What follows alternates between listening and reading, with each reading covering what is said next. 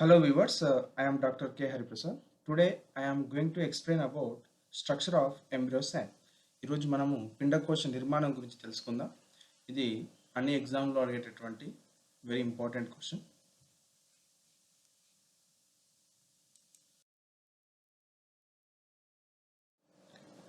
Next పిండకోశ నిర్మాణం తెలుసుకునే దానికన్నా ముందు ఇక్కడ మెగాస్పోరోజెనసిస్ అంటే స్థూల సిద్ధ బీజ జననం ఏ విధంగా జరుగుతుందో తెలుసుకుందాం. MMC means megaspore mother cell, స్థూల సిద్ధ బీజ మాతృకణం. ఇది క్షేకరణ విభజన చెంది it undergoes meiotic division. It gives megaspore tetrad, స్థూల సిద్ధ బీజ చతుష్కాన్ని ఏర్పరుస్తుంది. ఇక్కడ మనం ఈ డయాగ్రామ్లో చూస్తున్నాం. ఇది ద్వయస్థితిక దశలో ఉన్నటువంటి ఎంఎంసి మెగాస్పోర్ మదర్ సెల్, స్థూల సిద్ధ బీజ మాతృకణం ద్వయస్థితికంగా ఉంటుంది. పైవైపు ఉన్నటువంటి చూపించేటటువంటిది ఓవ్యూల్లో పై భాగం మైక్రోపైలారియంట్ అండద్వారపు కొన. దానికి ఆపోజిట్ పొజిషన్లో ఫినిక్యుల్ అంటే అండవృంతం సైడ్ ఉన్నటువంటి భాగాన్ని కలాజల్ ఎండ్ అని చెప్తాం. ఈ మెగాస్పోర్ మదర్ సెల్ ఒక క్షేకరణ విభజనను పూర్తి చేసుకున్న తర్వాత 4 స్థూల సిద్ధ బీజ చతుష్కాలను ఏర్పరుస్తుంది. ఇవన్నీ కూడా ఏకస్థితికంగా ఉంటాయి.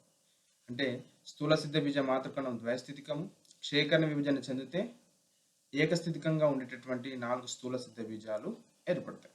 దాంట్లో కూడా మైక్రోపైలార్ ఎండ్ వైపు ఉన్నటువంటి స్థూల సిద్ధ బీజమైనా కావచ్చు, లేదా కలాజల్ ఎండ్ కలాజ కొన దగ్గర ఉన్నటువంటి స్థూల సిద్ధ బీజమైన ఎంబ్రియో సాక్ ఫార్మేషన్లో పాల్గొంటుంది.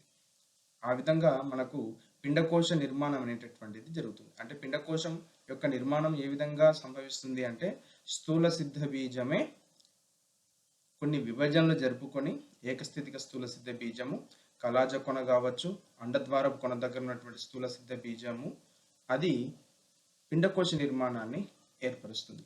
ఆ పిండకోశ నిర్మాణంలో ఏ ఏ భాగాలు ఉంటాయో మనం తెలుసుకుందాం.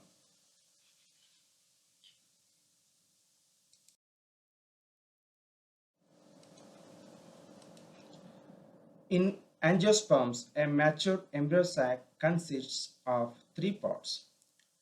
ఆవృత బీజ పిండకోశ నిర్మాణంలో ప్రముఖంగా మనకు 3 భాగాలు కనిపిస్తాయి.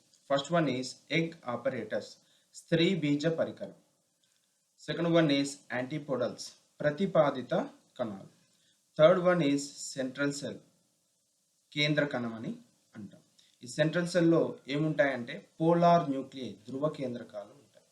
ఈ polar nuclei, when these polar nuclei fuse together it form secondary nucleus. ఎప్పుడైతే ఈ ధ్రువ కేంద్రకాలు సంయుక్తం చెందుతాయో దాన్ని ద్వితీయ కేంద్రకం అని అంటాం. కాబట్టి ఇక్కడ మనకు పిండకోశ నిర్మాణంలో 3 ప్రధాన భాగాలు మనం చూస్తున్నాం. ఒక్కొక్క దాని గురించి మనం తెలుసుకుందాం.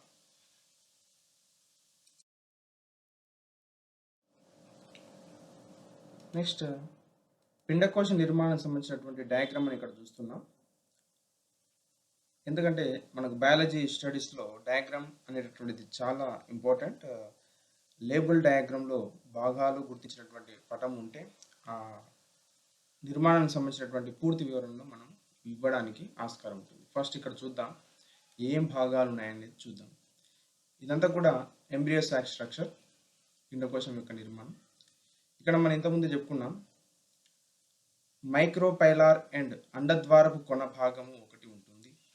దానికి అపోజిట్ పొజిషన్లో కలాజల్ ఎండ్ కలాజ కొన భాగము ఉంటుంది.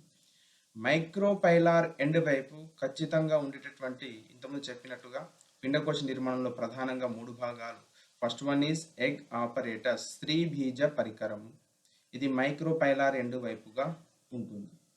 నెక్స్ట్ దానికి ఆపోజిట్ పొజిషన్ ఉన్నటువంటి కలాజల్ ఎండ్ వైపున యాంటీపోడల్స్ ఉంటాయి. మధ్య భాగంలో సెకండరీ న్యూక్లియస్, ద్వితీయ కేంద్రకము లేదా సెంట్రల్ సెల్ అనేటటువంటిది ఏర్పడుతుంది. అంటే ఇక్కడ మనకు ప్రధానమైనటువంటి 3 భాగాలు. First one egg apparatus, secondary nucleus, second one, third one antipodals అని చెప్పుకుంటే ఫస్ట్ వన్ ఎగ్ ఆపరేటస్లో చూస్తే ఏ భాగాలు ఉన్నాయో చూద్దాం. సెంట్రల్గా అంటే మధ్య భాగంలో ఎగ్ సెల్ అనేటటువంటి ఉంటుంది, స్త్రీ బీజ కణం.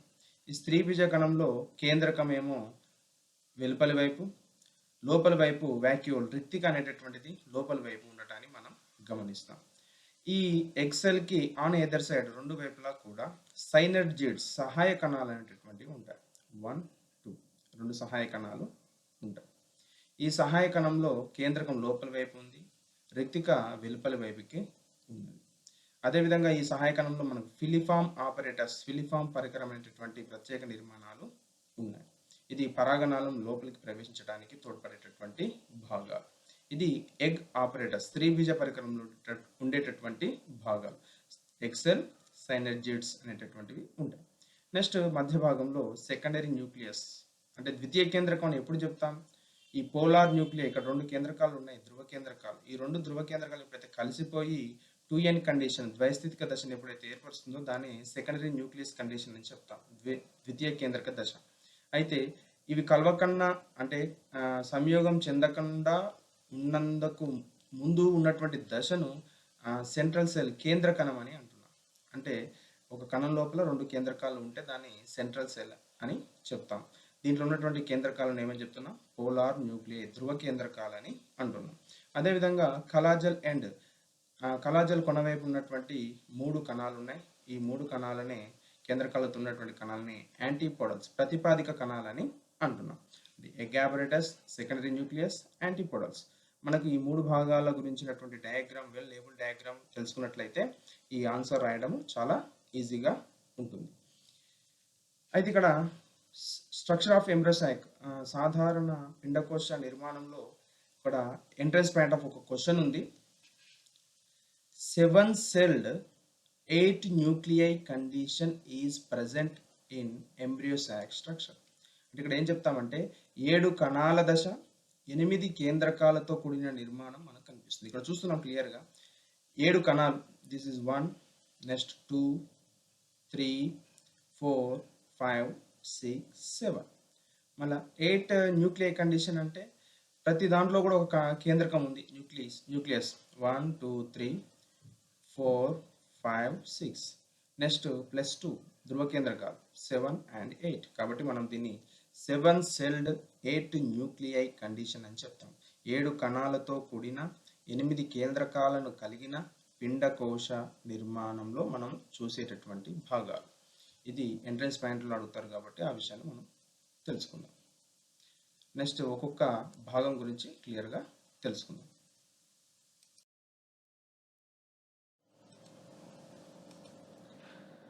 First one is egg apparatus, స్త్రీ బీజ పరికరం. It is constituted by 1 egg cell and 2 synergids. ఇది ఒక స్త్రీ బీజ కణాన్ని మరియు 2 సహాయ కణాలను కలిగి ఉంటుంది. Egg cell is not hooked. స్త్రీ బీజ కణంలో ఎలాంటి కుక్కం వంటి నిర్మాణం ఉండదు. But in synergids hooks are present on lateral sides.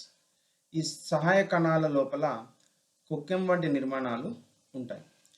The egg cell is vacuolated on the upper side and lower side is occupied by nucleus and cytoplasm. స్త్రీ బీజ కణంలో రిక్తిక లోపలి వైపు, కేంద్రకము వెలుపలి వైపు ఉండటాన్ని గమనిస్తాం. In the absence of synergids, egg cell shows hook towards micropellar site. ఎప్పుడైతే సహాయ కణాల్లో హుక్ లేకపోతే లేకపోతే సైనర్జిడ్ సహాయ కణాలే లేకపోతే ఎగ్ సెల్ స్త్రీ బీజ కణంలో మాత్రమే ఆ కుక్కం వంటి నిర్మాణం ఉంటుంది. These are helpful for absorption of nutrients. ఈ కుక్కం వంటి నిర్మాణాలు పిండకోశానికి కావాల్సినటువంటి ఆహారాన్ని పక్కన ఉన్నటువంటి కణాల నుంచి గ్రహించడం జరుగుతుంది. In synergids streak like structures are concentrated. These are known as filiform apparatus. ఈ సహాయ కణాల లోపల కొన్ని చీలికల వంటి నిర్మాణాలు మనకు కనిపిస్తాయి. వీటిని ఫిలిఫామ్ ఆపరేటస్ అని చెప్తాం.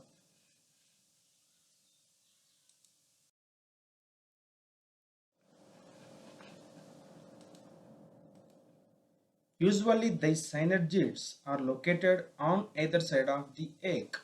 ఇక్కడ మనం చూస్తున్నాం స్త్రీ బీజ కణానికి ఇరువైపులా సహాయ కణాలు అమరి ఉంటాయి. సైనర్జిడ్స్ ఆర్ పియర్ షేప్డ్, ఇవి బేరిపండు ఆకారంలో ఉంటాయి. These are degenerated before or after fertilisation, ఇవి ఫలదీకరణకు ముందుగా కానీ లేదా ఫలదీకరణకు తర్వాతగా కానీ పూర్తిగా క్షీణించిపోతాయి. In some embryo sacs these are persistent, కొన్ని పిండకోశాల రకాల్లో మాత్రమే ఇవి సహాయ కణాలు శాశ్వతంగా ఉంటాయి, అంటే ఫలదీకరణ తర్వాత కూడా ఇవి ఉంటాయి. The synergids are vacuolated towards lower side and upper side is occupied by nucleus and dense cytoplasm. ఈ సహాయ కణంలో చూస్తే, నిర్మాణంలో చూస్తే కేంద్రకము పైభాగంలో రిక్తిక మరియు రిక్తిక మరియు జీవ పదార్థం అనేటటువంటిది క్రింది భాగంలో అమరి ఉండటాన్ని మనం గమనిస్తాం. అంటే స్త్రీ బీజ కణంలో ఉన్నటువంటి నిర్మాణానికి ఆపోజిట్గా ఇవి ఉంటున్నాయని అర్థం. In the plants of Santalaceae family synergids act as haustoria. Santalaceae కుటుంబంలో ఈ యొక్క సహాయ కణాలు హాస్టోరియా లాగా పనిచేస్తాయి. అంటే ఎగ్జాంపుల్ శాంటలం ఆల్బమ్, మనకు తెలిసినటువంటి చందనం మొక్కకు సంబంధించినటువంటి దాంట్లో సహాయ కణాలు హాస్టోరియా లాగా పనిచేస్తాయి. Synergids are completely absent in Plumbago and Plumbagella types. అయితే పిండకోశ రకాల్లో మోనోస్పోరిక్, బైస్పోరిక్, టెట్రాస్పోరిక్ ఎంబ్రియోసాక్స్ ఉంటాయి. దాంట్లో ప్లంబాగో, ప్లంబజెల్లా టైప్స్ అనేటటువంటి వాటిలో ఈ సహాయ కణాలు అసలు ఉండవు. ఈ ప్లంబాగో, ప్లంబజెల్లా టైప్స్, మోనోస్పోరిక్, బైస్పోరిక్, టెట్రాస్పోరిక్ ఎంబ్రియోసాక్స్ సంబంధించినటువంటి వీడియోస్లో దానికి సంబంధించినటువంటి వివరణ ఉంటుంది, ఆ వీడియోస్ని చూడండి.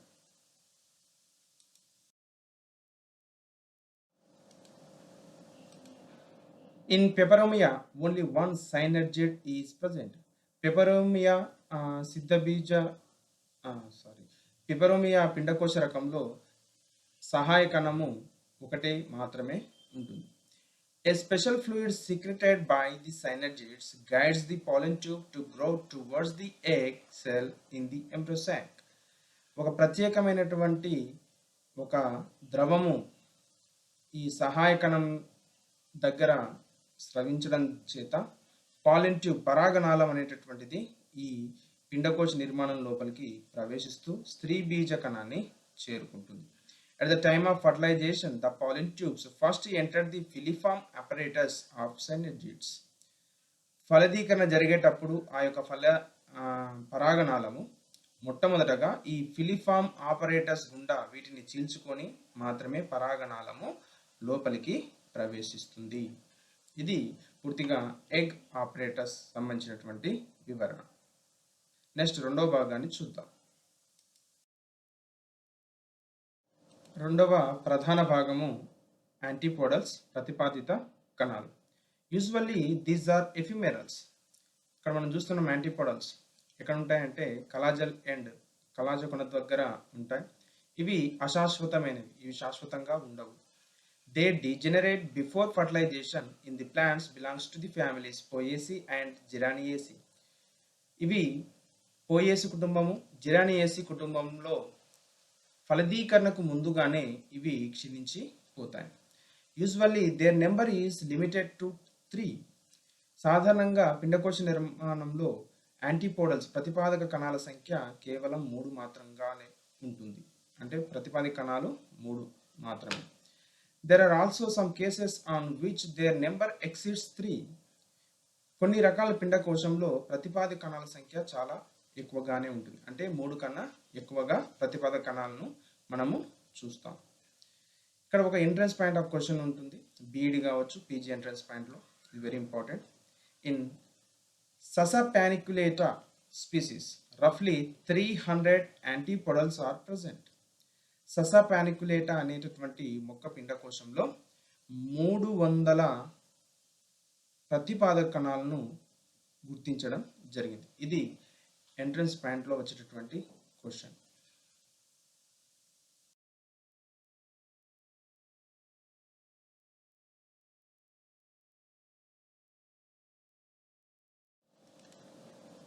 In Rubiaceae family, the antipodal cells become elongated into a haustorium-like structures and absorb the food material from the surrounding tissue. రూబియేసి కుటుంబంలో ఉన్నటువంటి యాంటీపోడల్స్ ప్రతిపాదక కణాలు అవి పొడవుగా సాగి హాస్టోరియం వంటి నిర్మాణాలుగా మారి ఇవి పక్కన ఉన్నటువంటి కణాల నుంచి ఆహారాన్ని గ్రహించడం జరుగుతుంది. ఆ ఆహారాన్ని గ్రహించి పిండకోశ అభివృద్ధికి తోడ్పడుతుంది. In GMAs, the antipodal cells have filiform apparatus which is made for absorption of food materials. మొక్కజొన్నలో ప్రతిపాదక కణాలు ఇవి ఫిలిఫామ్ ఆపరేటస్ పైన ఇక్కడ మనం చెప్పుకున్నటువంటి సైనర్జిస్లో ఉండేటటువంటి ఫిలిఫామ్ ఆపరేటస్ లాగా మారి ఇవి పక్కన ఉన్నటువంటి కణాల నుంచి ఆహార పదార్థాలను గ్రహించడం మొక్కజొన్నలో మనం చూస్తాం. నెక్స్ట్ మూడవ భాగం అనేటువంటి సెకండరీ న్యూక్లియస్ గురించి తెలుసుకుందాం.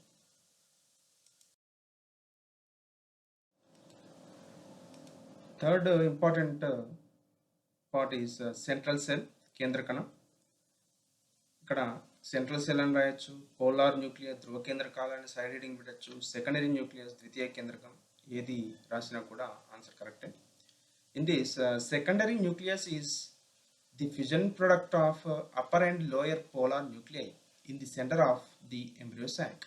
అంటే ఇక్కడ మనకు సెంట్రల్ సెల్లో ఉన్నటువంటి అంటే పిండకోశ నిర్మాణంలో మధ్య భాగంలో ఉన్నటువంటి కణంలో రెండు ధ్రువ కేంద్రకాలు కలిసిపోయి ఏర్పడినటువంటి నిర్మాణాన్ని సెకండరీ న్యూక్లియస్ అంటాం. This fusion take place prior to fertilisation.